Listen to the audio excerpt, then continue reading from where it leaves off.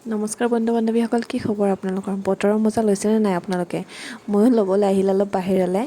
মানে আজি না ৰ'দ না বৰষুণ, ভাবিলোঁ অলপ বতৰৰ মজাই লওঁ।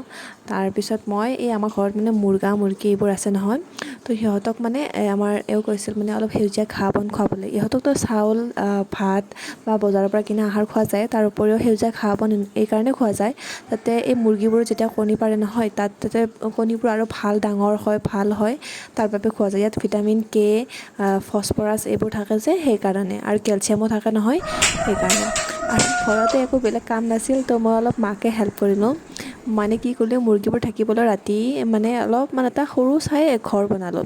মই জাষ্ট যোগালীহে, আৰু মায়ে মোক কৈছে মানে গুণাৰে বান্ধাটো বান্ধিছোঁ গুণাৰে, বা তাৰ উপৰিও মানে কাপোৰৰ ৰছীৰে বান্ধিব দিছে। তাৰে আগতে কি হৈছিল জানে, এয়া দেউতাই মানে ক'ৰবাত মাটি অলপ বিচাৰি মাটিত অলপমান ভালদৰে বেলেগ বাঁহ এটা বনাব খুজিছিল।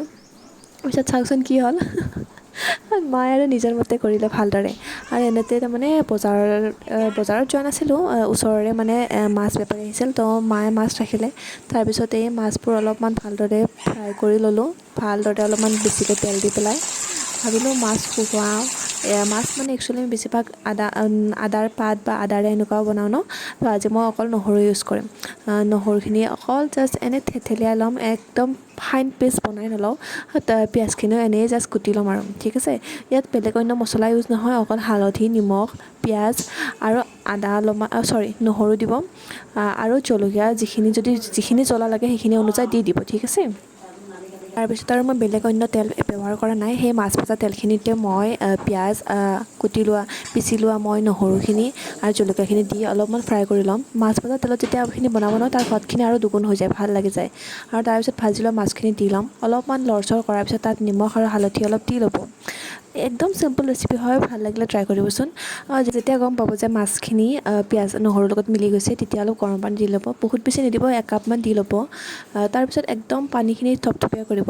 মই এইখিনি উতলিব দি দেউতাক মাতিব আহিছিলোঁ, আৰু ইপিনে দেউতা অলপমান প্ৰেছৰ কাম কৰি আছে।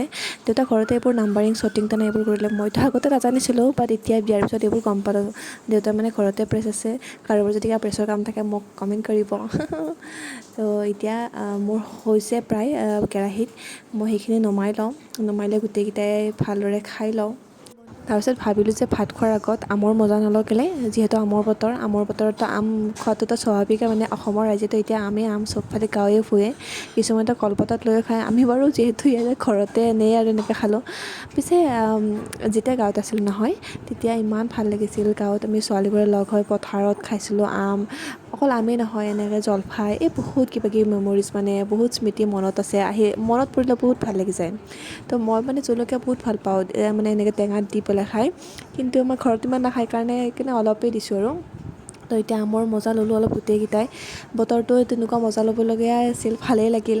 আৰু কি ক'ম আৰু, এইবোৰ কৰিয়ে মানে দিনবোৰ এনেকৈ সময়বোৰ কটাই থাকোঁ আৰু ঘৰৰ গোটেইকেইটাৰ লগত মিলিজুলি। তাৰপিছত আহিল খোৱাৰ সময়। আৰু এইপিনে মই ভাবিছিলোঁ যে কাঁহীখন থালখন ভালদৰে সজাই ল'ম, কিন্তু চাওকচোন মায়ে মানে পটককৈ দিয়েই দিলে।